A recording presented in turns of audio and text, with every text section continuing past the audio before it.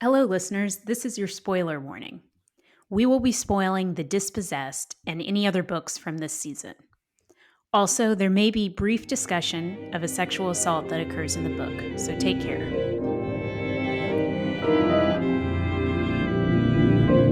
No, it is not wonderful. It is an ugly one, not like this one. Anaras is all dusty and dry hills, all meager, all dry. And the people aren't beautiful. They have big hands and feet. They get very dirty and they take baths together. No one here does that. The towns are very small and dull. They are dreary. No palaces. Life is dull and hard work. You can't always have what you want or even what you need because there isn't enough.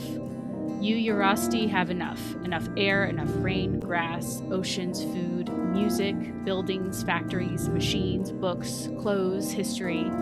You are rich, you own. We are poor, we lack.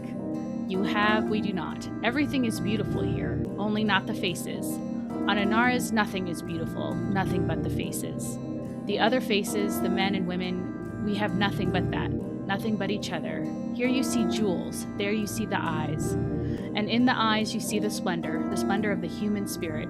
Because our men and women are free, possessing nothing, they are free. And you, the possessors, are possessed. You are in jail. Welcome to the Book Club podcast. Today we are discussing The Dispossessed, an ambiguous utopia by Ursula K. LeGuin. I'm Caroline, and The Dispossessed, which is ambiguously utopic, that's in the subtitle, caused me to realize that I am perhaps too easily enthralled by any vision of a completely revolutionized society. I'm Carly, and I have a lot of mixed feelings about this book, still trying to figure them out. I was expecting a utopia, and I did not find a utopia in this book, and so I'm a bit frustrated by that. We'll discuss that. The story begins on the planet Anaris, which has a twin planet named Urus.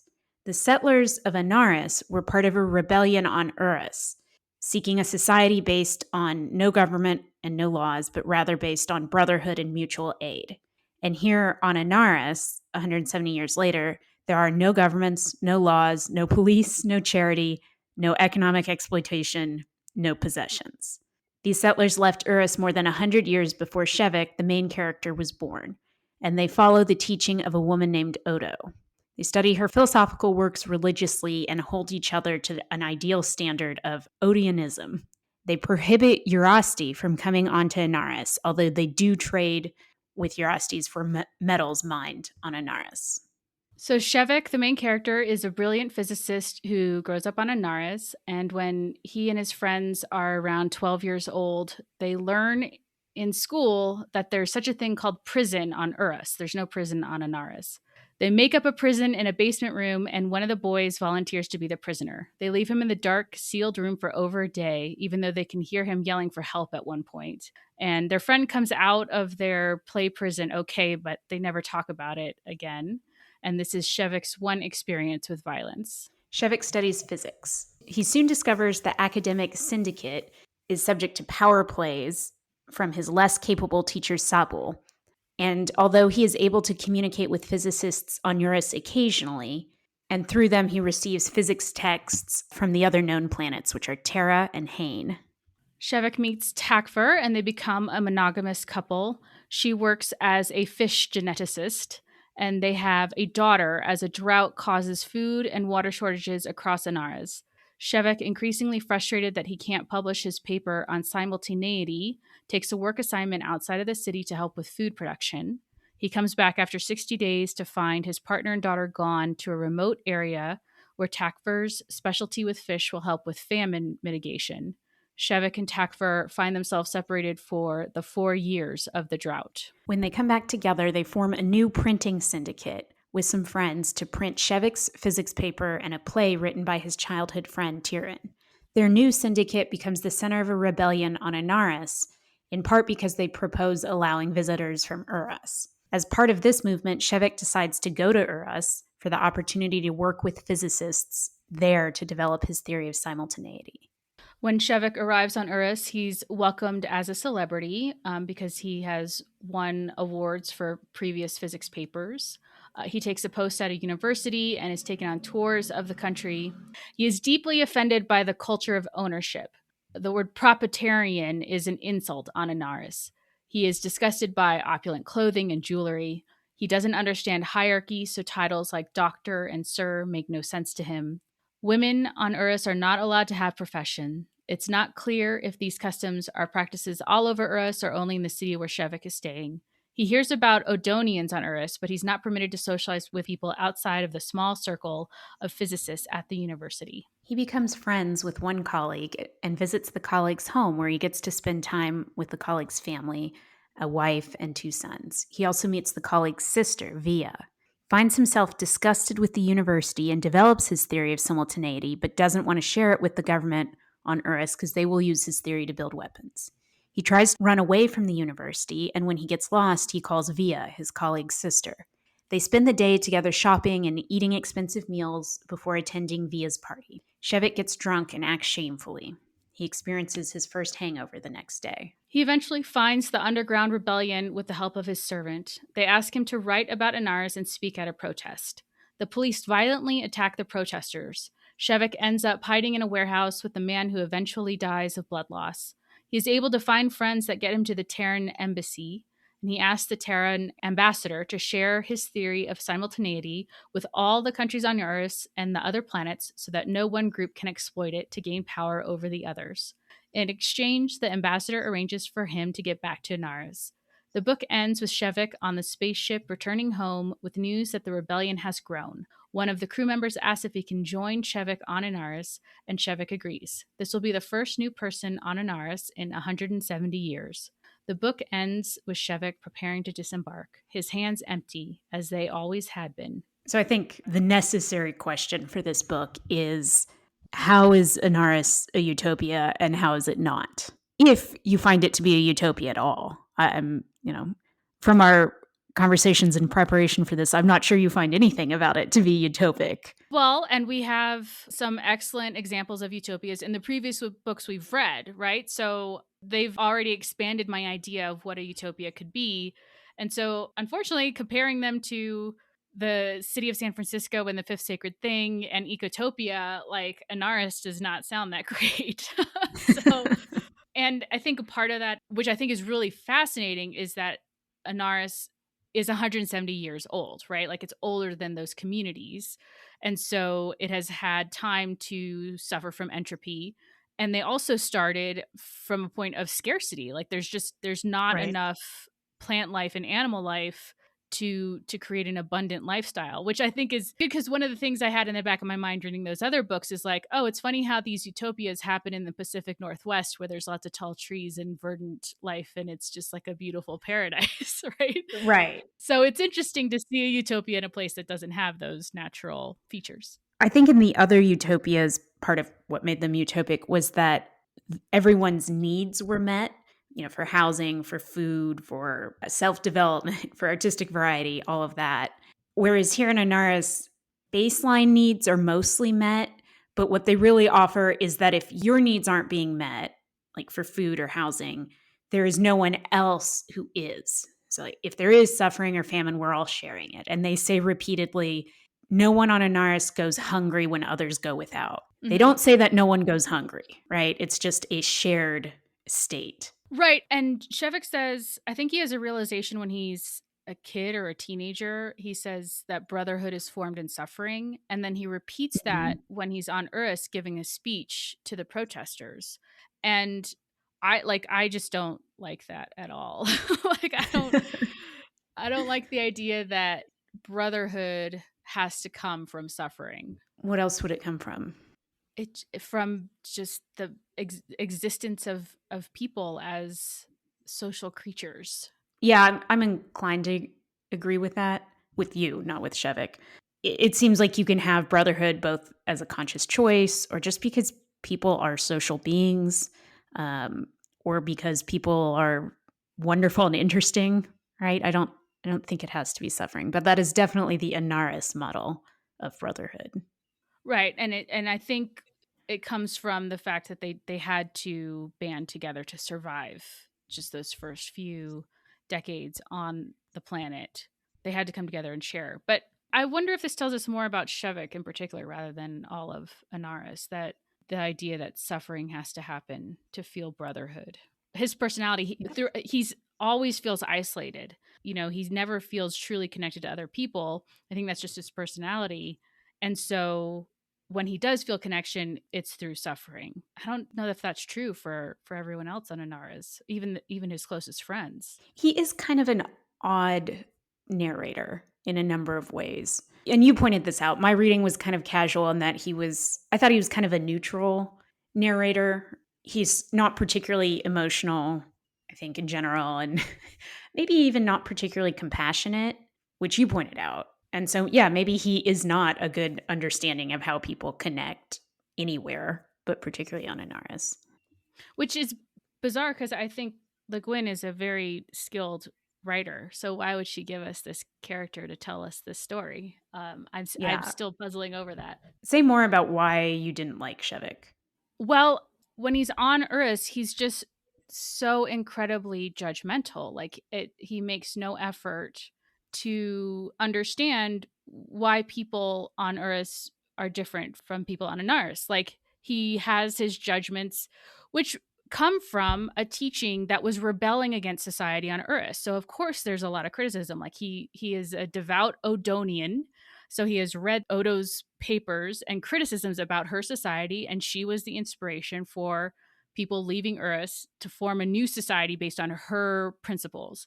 And so, of course, like when you're starting from that perspective, it's all about criticism of the origin. But like, he's a physicist. He's not a social scientist. He's not an artist. So it makes some sense that he wouldn't have the skills to kind of interpret. Like, it feels like he thinks that people on Earth are incapable of caring for each other. Like in the first chapter, he has a doctor who's kind of his guide on the spaceship traveling from Anaris to Earth.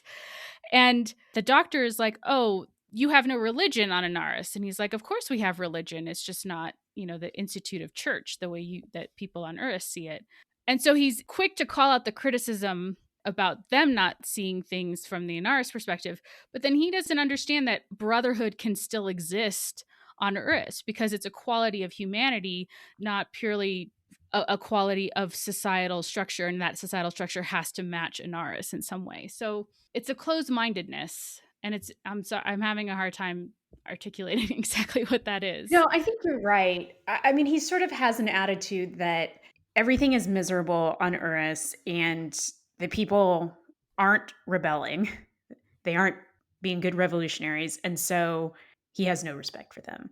As opposed to understanding people are trying to do the best they can with individual lives and what they understand is their possibilities and obligations, right? As is true of people anywhere.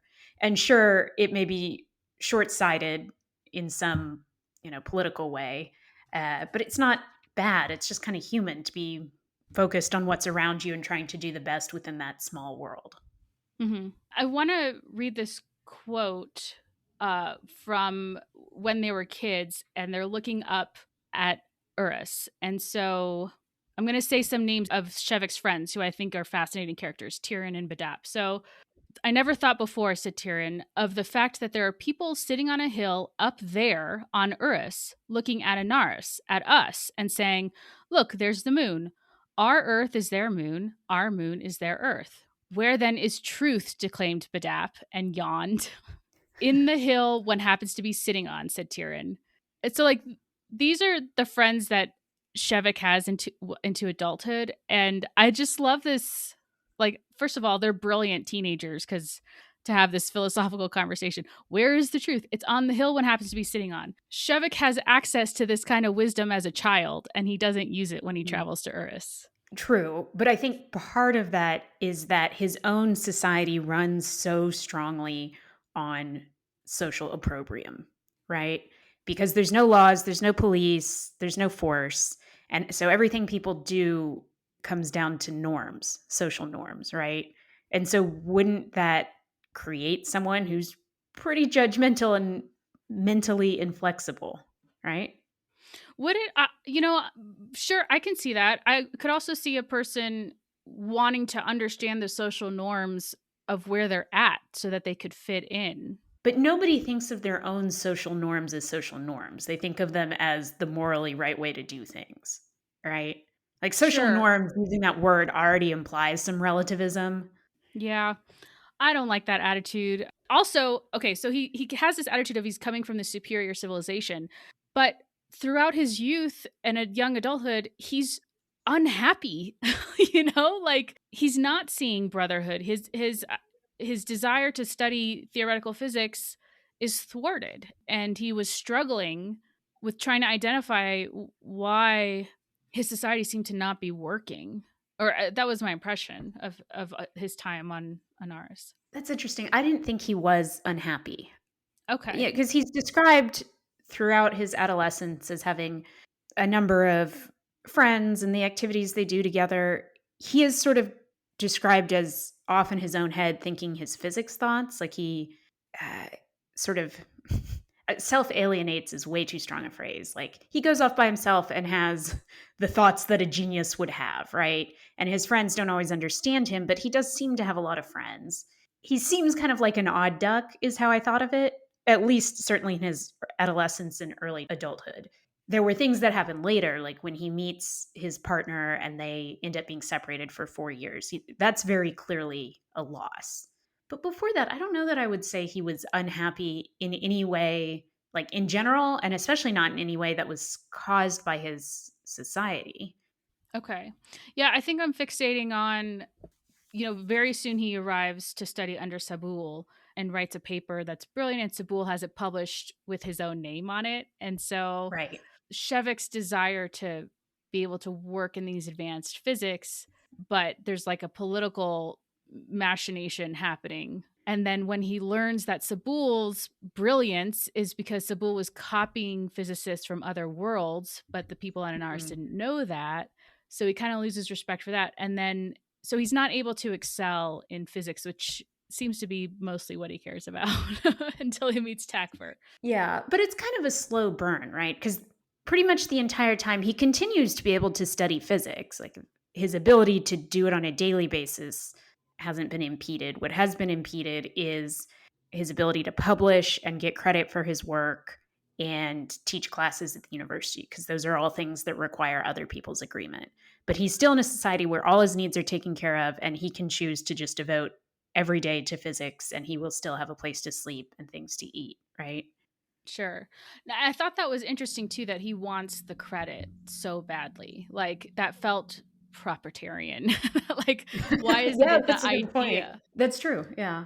But there are awards, like quote unquote, on Anaris. You can be a well known singer or artist or physicist, right? That's okay. It's not okay to be well known for being the best dressed or having the best house, but you can get status for those other things, right? And that's okay. Or maybe not, actually. It's kind of unclear. Yeah. The majority has to support you. You can't be beloved by a minority, it seems. Like I'm thinking of what happens to his friend Tyrion, who writes a play and it's kind of a subversive play, which so I'm bouncing all over the place. But I wanted to talk about Tyrion. When they're playing the prison game, they're like, what is this thing called prison? And Tyrion is like, oh, it's this thing. So they find this room that they can lock up as a prison, and people volunteer to be the prisoner, and Tyrion's like, you're crazy. Why would you want to do that? And it's describes him, he never realized that imagination does not suffice some people. They must get into this cell, they must try to open the unopenable door. And I wonder if that's why his play doesn't work, because he's creating an imagined situation in his play, but there are too many people on Anaris who don't understand that it's just an idea, and he has no intent to like make it reality in some way. I don't know. Did that stand out to you at all? That passage didn't, but it's an interesting idea. I mean, are they less capable of imagination than other societies? I think it is actually possible because it's a very uniform society, not just in the social norms, but I mean, there's just one culture here in Anaris. There's not subcultures. There's not, different ethnicities or groups of people with different history or anything like that. It didn't even seem like there was such a thing as neighborhoods that you would take pride in being a part of because everyone was pretty mobile and they'd stay here and work here for a while and then move to the next town and stuff like that. And I'm just thinking maybe that in general contributes to a lack of mental flexibility and a lack of imagination, such that when they confront art, they can't do it in a disinterested, open minded way. Hmm. Does that make sense? Is that a stretch? Yeah, that makes sense. So what happens to Tyrion is he tries to apply for postings to continue and improve his writing and his artistry, but he doesn't get approved by the central planning computer. And he gets sent to these postings that kind of wear him down and eventually gets sent to an insane asylum, which Hmm. technically looks like he requested to be sent there. Right. There's some debate about that because allegedly you can't be forced to go there. You have to request it because you feel you need therapy or healing. Right. Yeah. But there are Yeah. ways to force people to go there. Right. And so that becomes a major point that eventually Shevek and Badab form this new syndicate to kind of try and change the way that works and change like make it more acceptable to refuse a posting if you don't want a posting, because it's never really explicitly rejected. Like people will disappear from postings, but they never explicitly reject a posting, even though technically in the Yeah. law they are free to do so. Right. And yeah, and so just to be clear for the listeners, there is, I think, in each town and then also quote unquote nationally, a group of people who will will offer postings. You know, they'll go to someone like Shevik's wife and say, "You have this expertise, it's needed here." And it's totally voluntary, right? She can say no. But at this point, 170 years after the revolution, nobody says no. So it does have binding force. And that's part of what Shevik and his friend are trying to undermine. They're trying to go back to the original ideals of freedom, where people actually feel empowered to say no to this allegedly voluntary thing. Hmm. Yeah. Do you want to talk some more about details about Anara's? Yeah, actually, there's one that just came to mind because it's relevant to this conversation. So Tyrion gets sent to an insane asylum, and there's a brief discussion there of something that is not prison, but it is where people go when they have committed some crime, and it is a place where they live apart, somewhat in isolation with other people who have committed crime. And remember, it's not really crime because there's no laws, but they've maybe committed some act of violence that makes them unfit for society. But it is framed in people go there because that's where they'll be safe from all the people who are angry with them for the crime they have committed. Do you remember that? Yes. Yes. And there was some comment, I don't know if it was in the same spot, but some comment about how neighbors may take it on their own to justify, to like if so, like if your neighbor created a crime against you or someone you love, like some people take personal vengeance on that. Yeah, there's this suggestion that limited interpersonal violence still happens and is essentially okay. There's a point where Shevik gets in a fist fight with someone when he's 18-ish. And it's not really you remember that? It's not really based on anything. They just kind of fight it out. They don't really hurt each other because they're evenly matched. People walk by, see it happening, and see it's a fair fight and not an interesting one. They just keep walking, right? Yep. Uh, so there's this, yeah, so there's some interpersonal violence. It can't be outlawed, there's no laws. And they apparently find that it actually has some useful, quote unquote, quote, useful effects in that you don't want to commit a crime because then people might want to beat you up, which is okay as long as it's fair. Yeah. Like, and that was just a mention, right? Just a couple words here and there about that. It's interesting, they have the word for work and play is the same in their language, but then there's another word for drudgery. And so there are plenty of work postings that are drudgery, like going out and working in the dusty fields where it's just very dry. People have uh, get a cough from breathing in the dust and having their lungs inflamed. And and so we've talked about evaluating societies and like what do people who are sort of disenfranchised, how are they treated, how are the sick, how are the elderly, how are the criminals treated, and are they treated humanely? And we don't get a picture of like, are these criminals given drudgery until they die, like because people can also volunteer for those posts, it's not seen as inhumane or coercive, but it's not clear to me whether that's true, because there is some coercive element to these postings. That's true. And that's one of the things Shevik and his friends start to notice and rebel against. It seems like there are some non-coincidental postings to raise questions. And then all of a sudden they get a posting at the edge of the known world that's a really dire posting that goes on for 6 months, right? Yeah, Can we talk about how they thought about waste in this society? sure. I mean, they were just so aware of it. Yeah. I have a lot of feelings. Go on, tell me. No. Well, no, please set the scene of like, yeah, the way that Anaris views waste. I mean, because they don't have a lot. Yeah, they don't have a lot. The resources are stretched, very thin as it is. So if someone is wasting resources, which could be anything from food, like eating too much food, or paper, using paper on something, you didn't need to write or didn't really think through, even transportation or housing, they're very aware of it. They have a phrase that's something along the lines of waste is poison, and poison that stays in the body kills you. And it's like a Mm. metaphor for the body politic, I think. I kind of mangled the exact quote, but it's a common one. And they have an internalized sense of shame about spending more than they should, whatever that means for whatever that resource is. Yeah, and that expands to sickness. Like when Shevik, I guess he gets something like the flu or pneumonia or something, and he refuses some medication. The idea of waste or indulgence has sort of expanded to being sick and taking medication. Right. And taking time off work, right? From his postings. Yes, that reminds me, it made me so angry. Takfur, she has her nursing child. She's working on these fish farms to cultivate food because there's a drought and a famine. And she nurses her daughter until her daughter's 3 because she's like, well, we don't have a lot of other food. Like there wasn't much to wean her onto. Like if I weaned her off the breast milk, I didn't have good food to offer her. So yeah, she breastfed her longer. And she gets shamed for that by her colleagues. Her colleagues want her to put her daughter in the nursery so that she can work Mm-hmm. more. And that is infuriating. So thinking that that is a waste when my first thought is, oh, you have a child who needs to eat and breastfeeding seems more efficient. Right. But her colleague's point of view was, hey, the work you're doing could help everyone because we're suffering from this famine.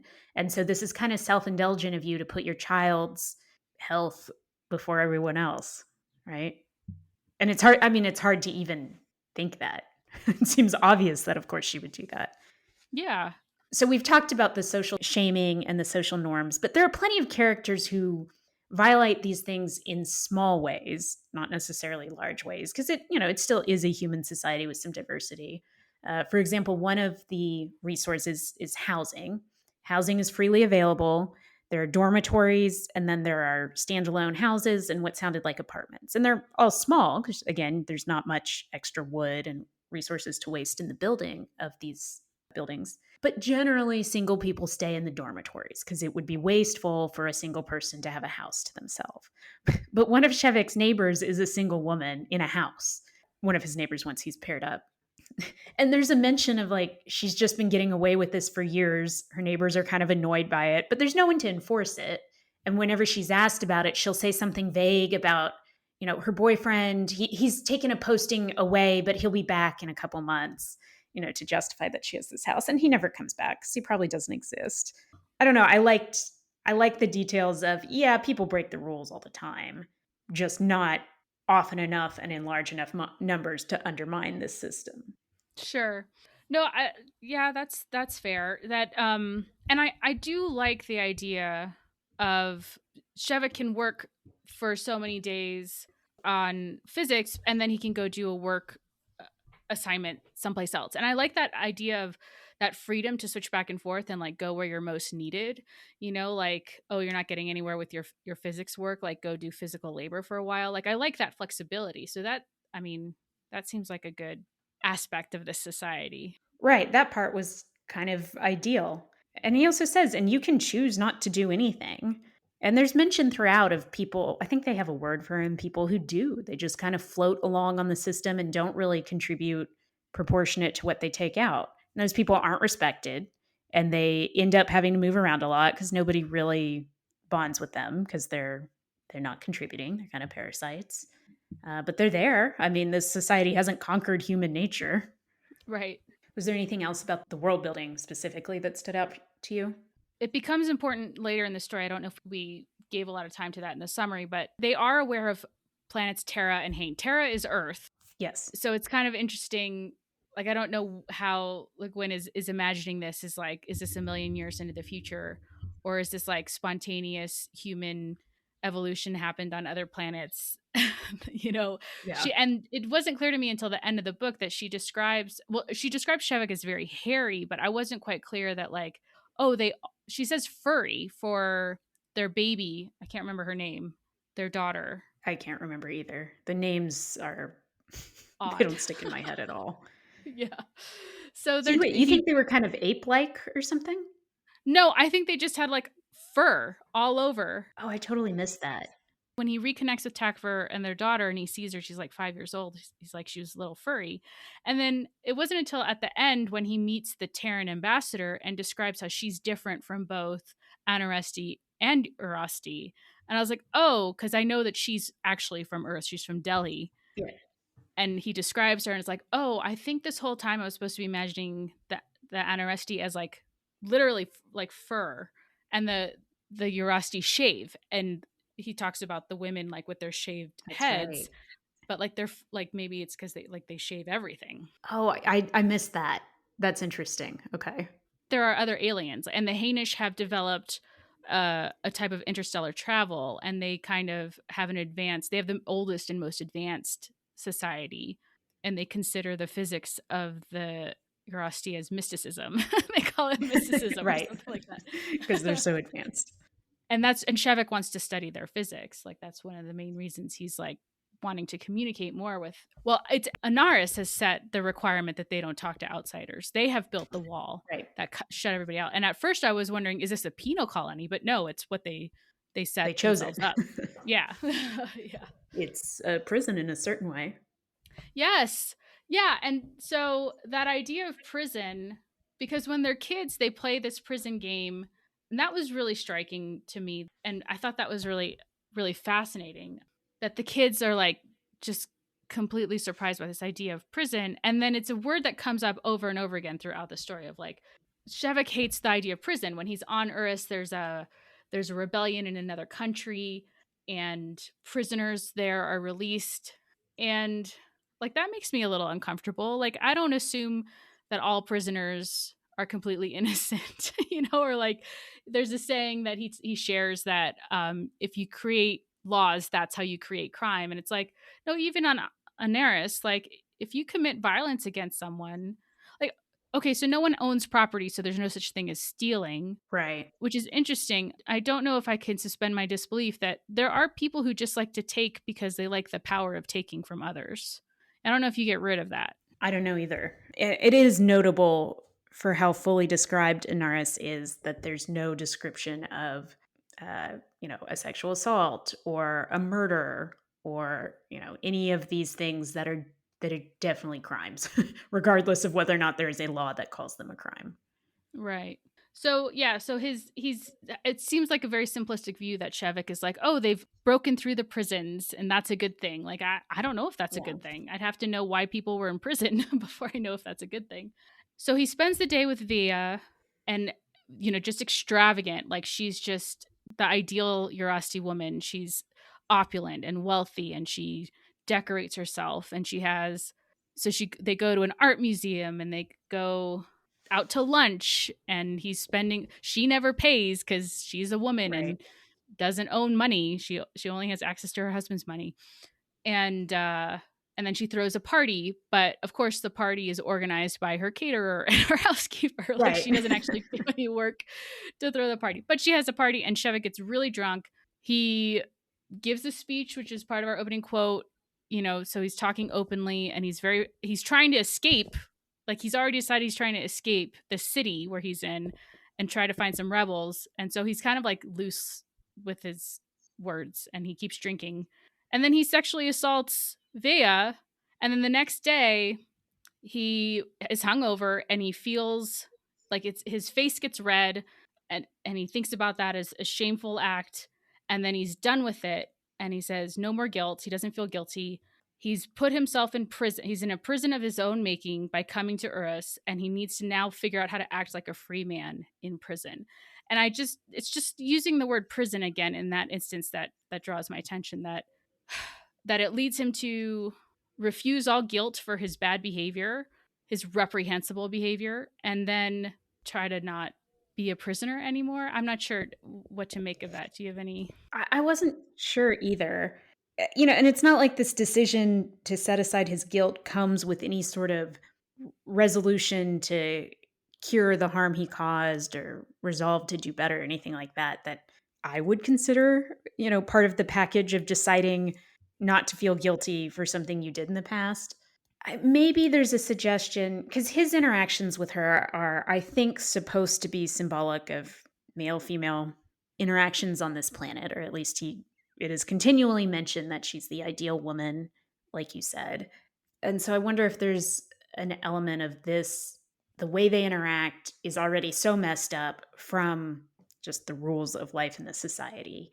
He can't understand it. Like, that's a Gordian knot he would have to cut to understand exactly where his guilt started and how much of it was the setting.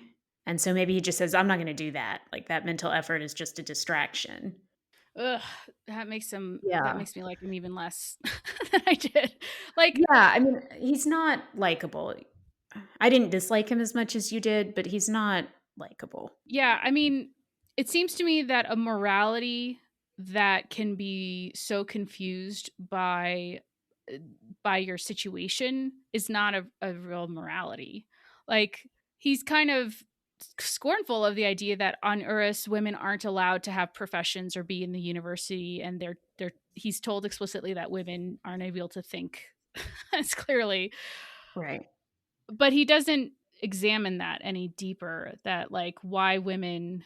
He kind of notices that he misses having conversations with women when he goes and visits his friend and gets to spend time with his friend and his wife and their two kids, and he misses that kind of familial situation, which on Anaris you're not as segregated. Like, you work physics, but then you also do days where you're like working to help, maintain the community, like growing food and like connecting with other people. And I think that would be healthier than like having everyone super segregated the way they are on Urus. But like, I don't know, he doesn't do any sort of deeper interrogation to like why women should also be included in brotherhood, because that is very much a part of an Aris society, that women are included in brotherhood. Well, I think it's such a given for him, right? And I mean, point taken, he could explain it a little better and analyze why it's a given. Uh, I think one of the things he definitely didn't do was understand how people exist in this very unequal and at times problematic society and what that means about the individual choices people are making within that context, Hmm. right? So he's kind of dismissive and judgmental of Via, even though he spends all this time with her and seems to enjoy her company. And there's several moments where she manages things at the party, like to prevent a disagreement and make it continue to be charming and pleasant. There are things about her interactions with him where she's, highly flirtatious but expects him to pay, that to me just go to, this is a smart woman, she's fitting in the niche that is offered to her. She should be able to do more and have more. That's a great statement, but let's also just appreciate that she's doing well within the confines that she can, and she's exercising creativity and agency within those confines. He doesn't Hmm. seem to really consider that. He seems to be puzzled that he likes her, even though she's an example of such a degraded proprietarian woman, right? Hmm. Instead of just saying, hey, there can be things you can respect about people, even if their circumstances are circumstances you think shouldn't exist. Yeah, they have a conversation where they're talking about Via is saying that Odonians are still slaves. Like, even though they don't have laws or like institutionalized oppression, they're slaves to the oppressor in their own head.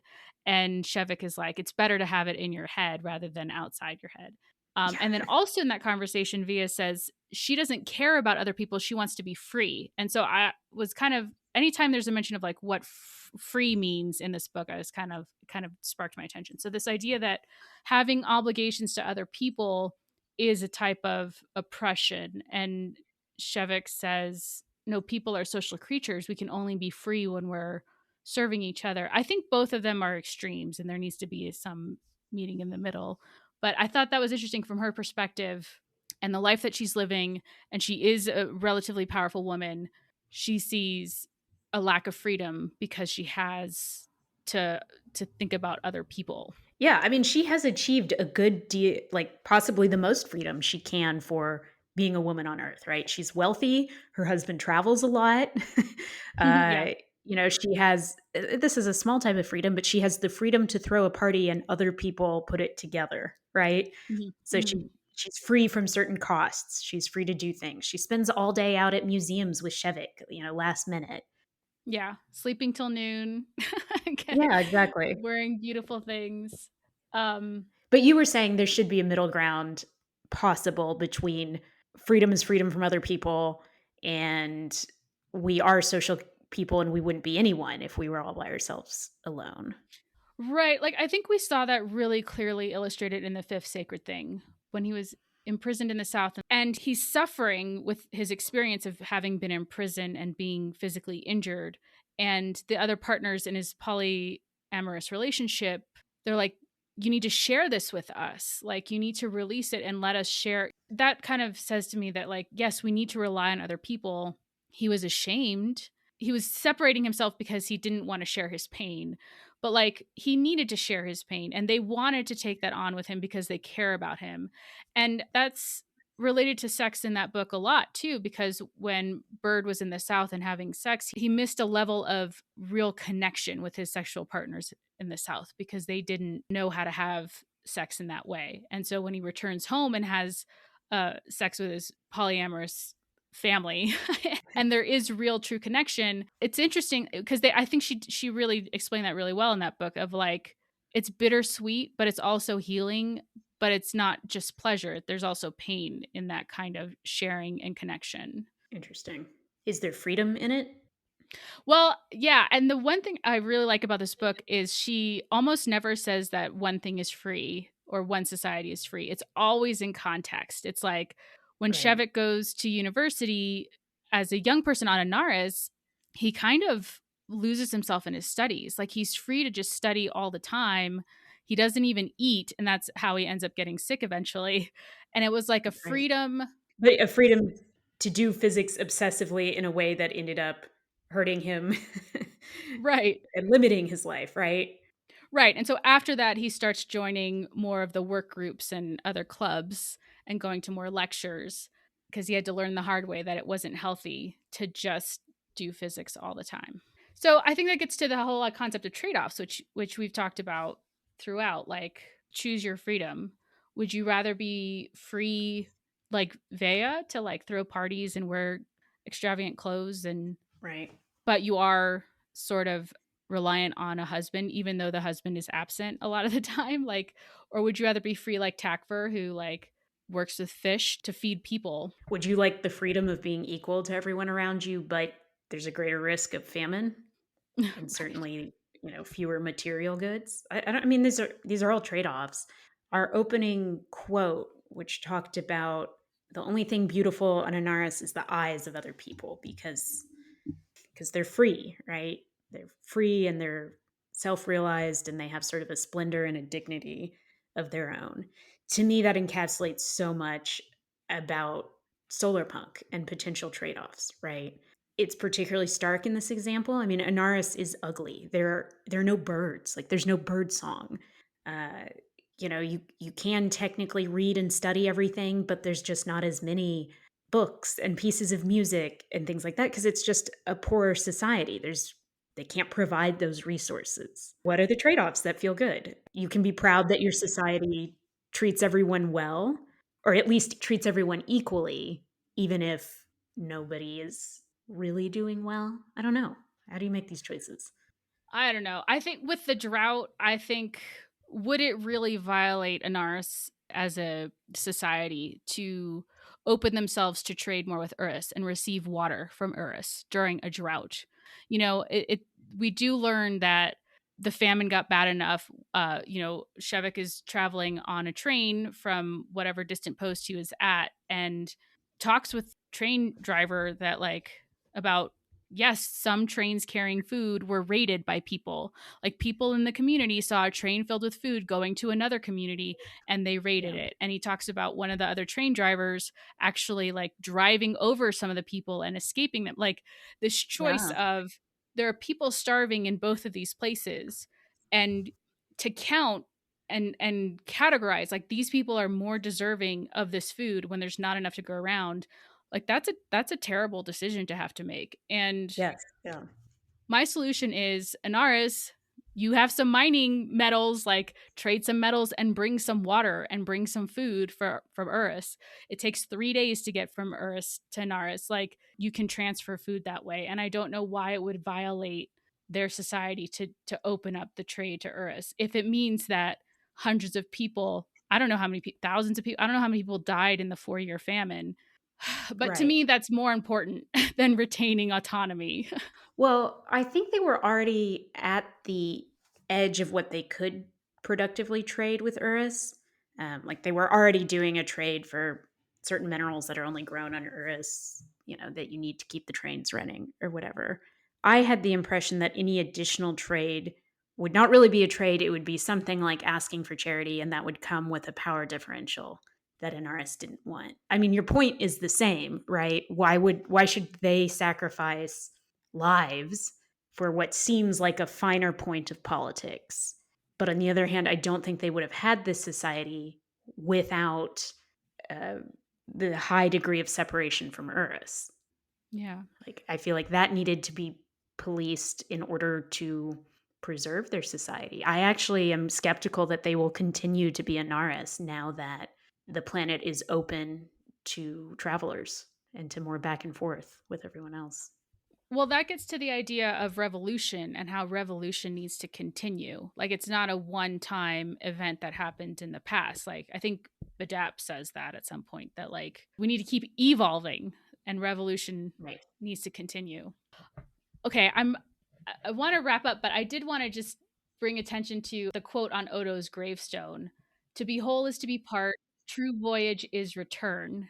And I wanted to know if you had any thoughts about that. Various characters or the narrators say at various places that if you go out and you settle something and you never come back, you're just an exile. You're not an adventurer, you're an exile. It seems that one of the message is that Anaris needed almost owed it to Urus to go back and share what it had learned. Yeah, and then I wonder what Shevik can bring back to Anaris. Like, it's which voyage is the return, or which is the Right. which return is the voyage. I do think, like I just said, Anaris society is about to change. It's going to have to be something new because you can't maintain these really strict cultural norms when you are in contact with other cultures, right? I'm not saying it'll fall apart immediately or contact degrades or anything like that, but any experience like that forces people to open their mind and makes them aware that their norms are somewhat relative. And I think that's a good process because the strong norms survive that, but the weak ones don't. And so there's going to be change, right? If we could read a book set in an RS 30 years from now, maybe we wouldn't recognize it. It's possible she wrote that book. I haven't looked into it. Yeah, I don't know, actually. So, are you ready to talk about genre themes? I am. One of them is what we were just talking about, that any utopia requires a change in culture and a change in norms. I think this book is unusual in that it talks about how coercive that can be. The other books we've read present the good side of it. For example, in Fifth Sacred Thing, that's a charming society. It's very tolerant, it's diverse, it's magical, literally magical. But here it's pointing out that any norm, even if it seems like a good norm, like, hey, don't waste things, can become oppressive. Yeah. That's a hard one for me to accept. Which part of that is hard to accept? Well, I like the idea of there not being an authority to punish people for stepping out of line. Like, for example, Shevik has been traveling and hasn't eaten. And so he finds himself in the dining hall and takes double portions. It's late like there aren't a lot of people waiting to eat, and he takes double portions and someone gives him a side eye, and he's like, he justifies it to himself like, I haven't eaten full meals in a couple days, like it's okay for me to eat this. He has to kind of justify that to himself. And so I like the idea that there's not an authority that comes in and is like, you're taking more than your share, but that pressure of having to justify it to yourself, like it works if you're in a culture that fully aligns with your own principles, but I don't know you get that guarantee at all. So, Yeah. Well, on any norm, there are occasions where it needs to be broken, like this one, right? He's been traveling for a couple days. right. Well, I think the freedom, like Ecotopia too, we started out talking about how the main character was essentially kidnapped. And it's like because he was, I don't know if we can say cultural norms, but he was kidnapped. But we talked about you have to trust the people in your society to recognize when you need help, even when you don't recognize you need help. Like that takes a lot of trust. And on Anaris, you have nowhere to go. If you find yourself disagreeing with the way things are done, there's nowhere to Right. go, really. Yeah. That's hard. Okay. The next genre theme is joy in work. Um, so there's a quote from the book: a child free from the guilt of ownership and the burden of economic competition will grow up with the will to do what needs doing and the capacity for joy in doing it. It is useless work that darkens the heart. I don't know. I strongly believed this when I was younger. I don't know if I fully believe it now. Oh, what do you believe instead?